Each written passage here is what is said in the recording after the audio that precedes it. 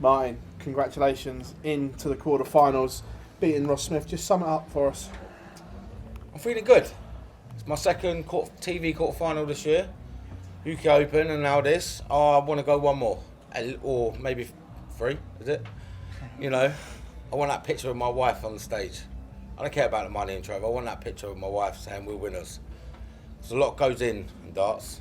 So I was saying to Alan earlier, you know, the wives behind the backgrounds, they do a lot of work. And I want that picture.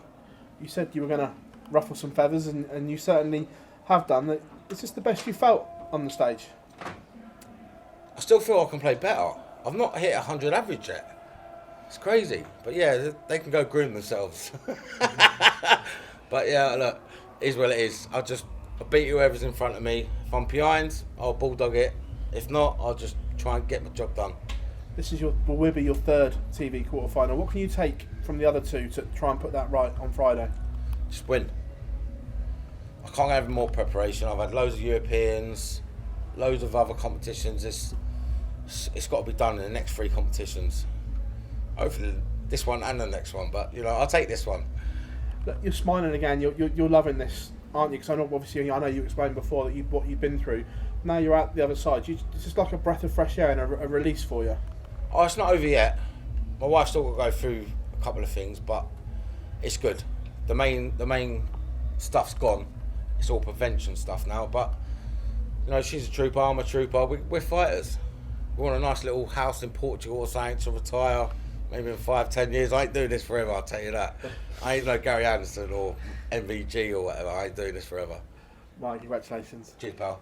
Martin, you sort of touched on it there. What are you going to learn from those previous quarterfinals in the UK Open and in the Grand Prix? I just got to win, ain't I? Get over that line and just win. You know, if I get this quarterfinal out of the way, who knows? Richie, Decker, the last 2 competitions, you know, can mix it right up. Martin Lukeman, you know, Premier League will be a right bundle then, won't it? When you look at the top half of the draw in this tournament, lots of the names in terms of their TV experience in those quarterfinals haven't got that experience. Cameron Menzies, Mickey Mansell, they're both going to be playing in their first TV quarterfinals. You've been there. Is that a little bit of an advantage, a tick in the box for yourself? Oh, there's no advantage. They're all quality players on their day. I mean, Mickey Mansell would probably beat me more times than I've beaten him. He's a bit of a slow, methodical player, but he's a quality player.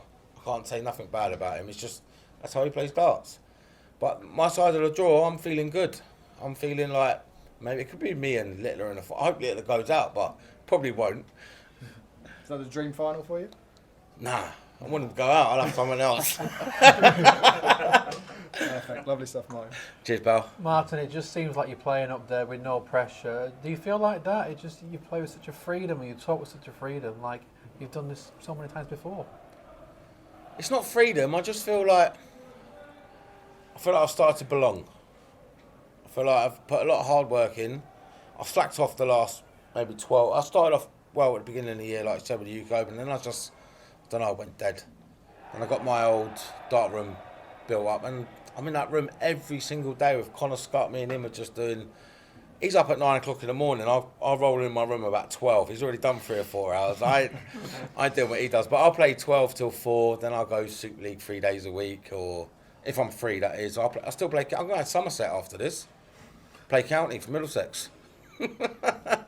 Does that other preparation away from the PDC? I mean, how much does that help, especially at this time of year when there's so many tournaments, just keeping that arm going and keeping that confidence up as well? I'm assuming that you win in these events.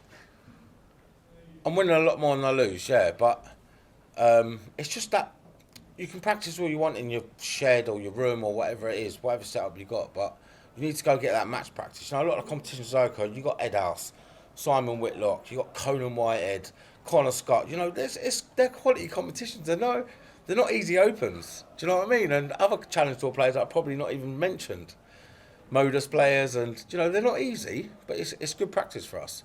When you look at the people left in this tournament, you look at yourself as well.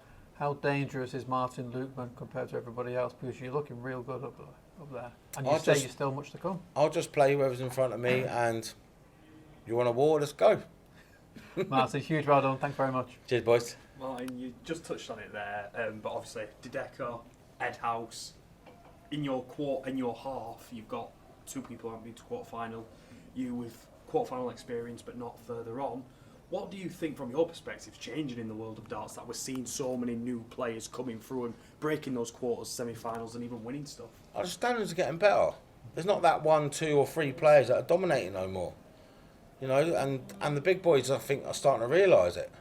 You know, Littler might go for one competition, play ballistic, great, and then 2 competitions, he's gone. Luke Humphreys the same, Michael Van Gerwen, Price. You know, they're realising that us boys, that one match, your game.